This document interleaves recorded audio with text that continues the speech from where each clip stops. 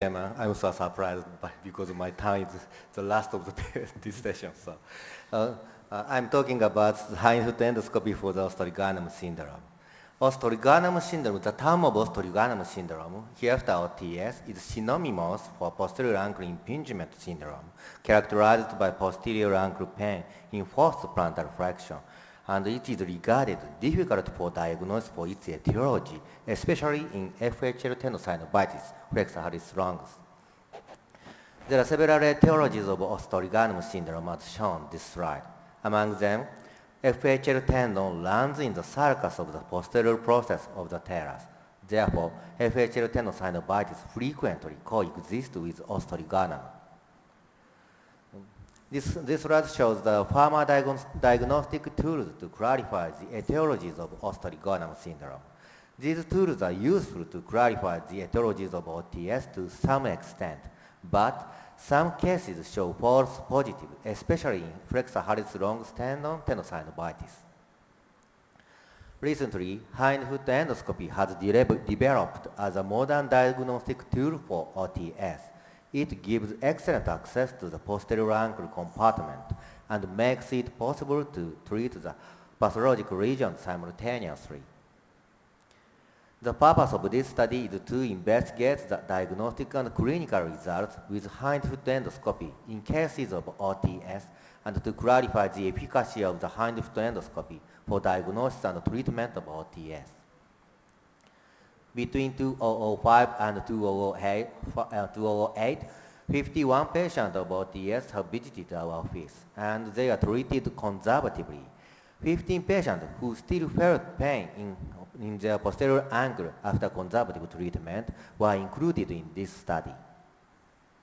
There are 9 males and 6 females, and all subjects underwent flexor hallucis longus tendon stress test, standard radiography, and MRI before endoscopic surgery. This slide shows the FHL stress test and MRI.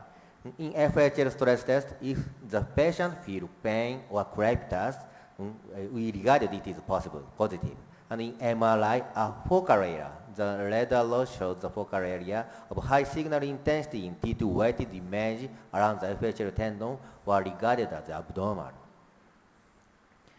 Hindfoot endoscopy was performed according to the Nick Van Dyke's method. He is my teacher. And FHL tenosynovitis was diagnosed if there was congested, this is a congested synovium, hypertrophic synovium around the FHL tendon. We evaluated the hindfoot disorders in OTS with hindfoot endoscopy and the reliability of MRI for diagnosis of FHL tenosynovitis and clinical results in conjunction with the alpha scale score at pre-operation at the most recent follow-up.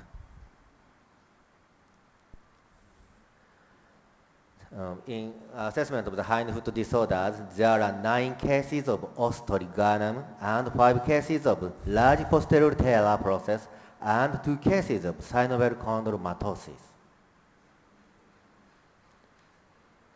For assessment of FHL tendon, all cases showed FHL tenosynovitis, and 1 case showed stenosing tenosynovitis. This is a narrow region, narrow area, you can see.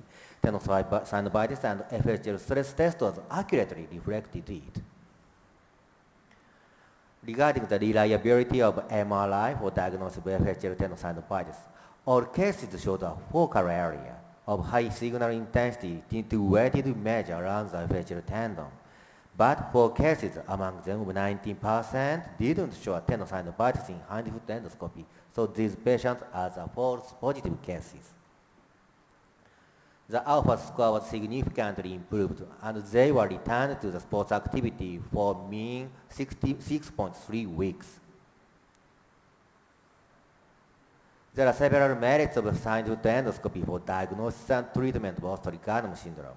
FHL tenosynovitis and the subtle regions are difficult for diagnosis with preoperative imaging, but hindfoot endoscopy is an excellent tool to diagnose these regions under direct view. And second merit is for the diagnosis and treatment of stenosing tenosynovitis. It is well diagnosed with FHL stress test and hindfoot endoscopy, as shown in this short movie. And third merit is returning to the early returning to sports activity. According to the previous reports, after open surgery, they are needed for 5.7 months, but after endoscopic surgery, 1.5 months. So we can say hindfoot endoscopy has a great merit for early returning to athletic activities. In conclusion, hindfoot endoscopy is useful for certain diagnosis and early returning to athletic activity in cases of trigonum syndrome. Thank you for your attention.